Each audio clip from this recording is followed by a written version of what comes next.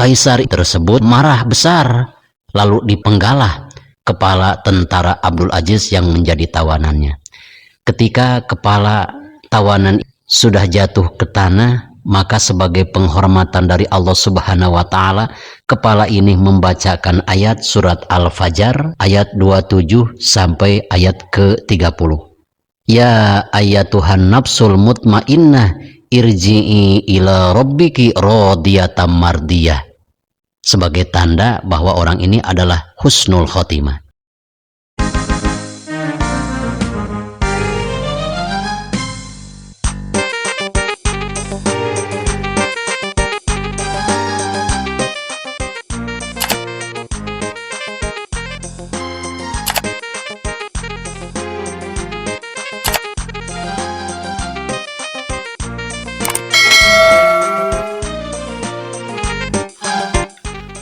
Assalamualaikum warahmatullahi wabarakatuh.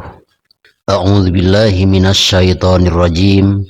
Bismillahirrahmanirrahim. Innad dina indallahil Islam.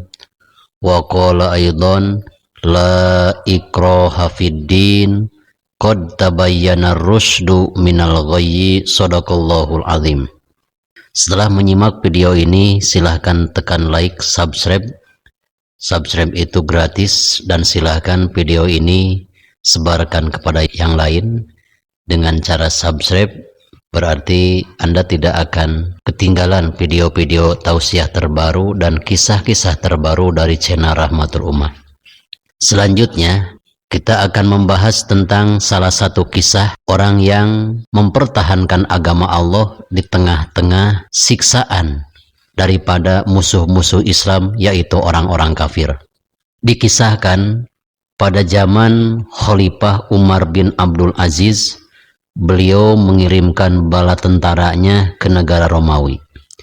Di antara tentara Umar bin Abdul Aziz yang dikirim ke Romawi, ternyata banyak tentara beliau yang ditawan oleh kerajaan kekaisaran Romawi. Satu persatu tawanan daripada utusan Khalifah Abdul Aziz diinterogasi dan dipaksa untuk pindah agama Islam memeluk agama Nasrani. Lalu selanjutnya, apabila tentara Abdul Aziz mempertahankan agama Islam dan tidak mau memeluk agama Nasrani, hukumannya sangat berat, mati dengan cara dipenggal kepalanya. Dalam penyebaran agama Islam tidak boleh ada pemaksaan. Mengajak boleh, tapi tidak dengan memaksa. Karena Allah Subhanahu wa Ta'ala berfirman dalam surat Al-Baqarah ayat 256, la ikraha fiddin qad tabayyana ar-rusydu minal ghayy. Tidak ada paksaan kepada seseorang untuk menganut agama Islam, karena telah nyata jalan yang benar dan jalan yang penuh kesesatan. Lalu Kaisar Romawi itu memanggil salah seorang tentara tawanannya dan diperintahkan oleh Kaisar tersebut untuk pindah agama dan bersujud kepada berhala-berhala yang mereka sembah. Kaisar tersebut berkata kepada tentara Abdul Aziz yang menjadi tawanannya, udkhul fi dini wa illa aqta'u ra'saka. Masuklah agamaku dan sembahlah berhala. Apabila engkau tidak sanggup pindah agamaku, maka aku akan memutuskan kepalamu dari lehermu. Orang ini telah dicetak oleh Allah Subhanahu wa Ta'ala jadi tentara yang bahagia. Bagaimana jawabannya? Walaupun diancam dengan senjata, resikonya kematian. La abi uddin bidunya. Aku tidak akan menjual agama demi kemewahan dunia. Percuma aku hidup di tengah-tengah kemewahan tanpa bermodalkan iman. Kaisar tersebut marah besar, lalu dipenggalah kepala tentara Abdul Aziz yang menjadi tawanannya. Ketika kepala tawanan sudah jatuh ke tanah, maka sebagai penghormatan dari Allah Subhanahu wa Ta'ala, kepala ini membacakan ayat surat Al-Fajr ayat 27 sampai ayat ke-30. Ya ayatuhan nafsul mutmainnah irji'i ila rabbiki radiyatan mardiyah, sebagai tanda bahwa orang ini adalah husnul khotimah. Lalu Kaisar Romawi memanggil lagi tawanan yang kedua. Kata Kaisar Romawi, udhul fi dini wa illa aqta'u rosaka. Pindahlah dari agama Islam dan masuklah kepada agamaku dan sembahlah berhala-berhala yang kami sembah. Jawaban tentara Abdul Aziz yang ditawan yang kedua sama dengan jawaban tentara yang telah wafat. La abi udin bidunya. In kana wilayatul qot'i palaisa laka wilayatu qot'il iman. Wahai Kaisar Romawi, engkau mempunyai kekuasaan untuk memenggal kepalaku, tapi engkau tidak mungkin bisa memutuskan iman yang telah ada di dadaku. Aku tetap, walaupun engkau ancam dengan berbagai siksa, tidak mungkin aku keluar dari agama Islam. Kaisar Romawi tersebut marah lagi, langsung dipenggalah tentara Abdul Aziz yang menjadi tawanannya sehingga kepalanya jatuh ke bawah. Ketika sudah jatuh ke bawah, maka kepala tersebut membacakan ayat surat Al-Haqqah ayat 21 sampai ayat ke-23. Bahwa fi isyatir radiyah fi jannatin aliyah kutufuha daniyah. Lalu Kaisar Romawi itu memanggil tentara Abdul Aziz yang ketiga. Wahai kamu, maju ke depan. Apakah kamu mau nasib seperti temanmu yang dua? Telah aku putuskan kepalanya dari lehernya.